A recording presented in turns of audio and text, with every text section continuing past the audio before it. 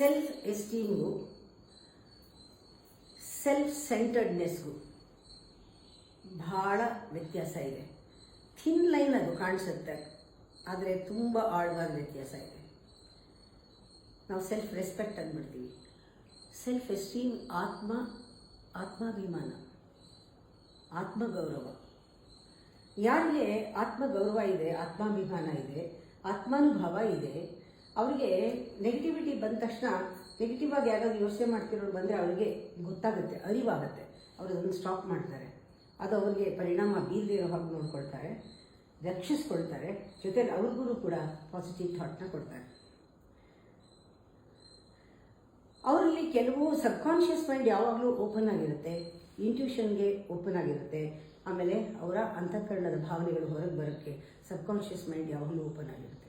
ಅದರಿಂದ ಅದನ್ನು ಬ್ಲಾಕ್ ಆಗದೆ ಇರೋ ಹಾಗೆ ಅವರು ನಿರ್ಧಾರದ ಕೆಲವು ವರ್ಡ್ಸ್ನ ಯೂಸ್ ಮಾಡೋದೇ ಇಲ್ಲ.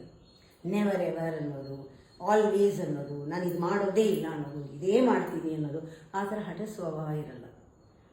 ಎಲ್ಲರನ್ನೂ ಕೂಡ ನಾವಿವಾಗ ನಮ್ಮ ಮಾತು ಯಾರಿಗೂ ಕೇಳದೇ ಇದ್ದರೆ ನಾವು ಅವ್ರನ್ನ ಕೇಳಿ ಅಂತ ಹೇಳಲ್ಲ, ಅವರು ಕೇಳೋ ಹಾಗೆ ನಾವು ಮಾತಾಡ್ತೀವಿ.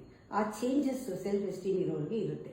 ಅವರು ವಾಯ್ಸ್ ಚೇಂಜ್ ಮಾಡ್ತಾರೆ, ಟೋನ್ ಚೇಂಜ್ ಮಾಡ್ತಾರೆ, ಇಂಟೆನ್ಷನ್ ಬದಲಾಯಿಸ್ತಾರೆ, ಲ್ಯಾಂಗ್ವೇಜು ಚೇಂಜ್ ಮಾಡ್ತಾರೆ, ಅವ್ರು ಹೇಳೋ ರೀತಿ ಚೇಂಜ್ ಮಾಡ್ತಾರೆ.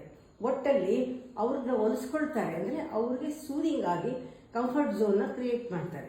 ಇದೆಲ್ಲವೂ ಕೂಡ ಪರ್ಸನಾಲಿಟಿ ಡೆವಲಪ್ಮೆಂಟ್ನಲ್ಲಿ ಬರುತ್ತೆ ನಮ್ಮ ಸೈಕಾಲಜಿ ನಾವು ಗಮನಿಸ್ಕೊಂಡಾಗ.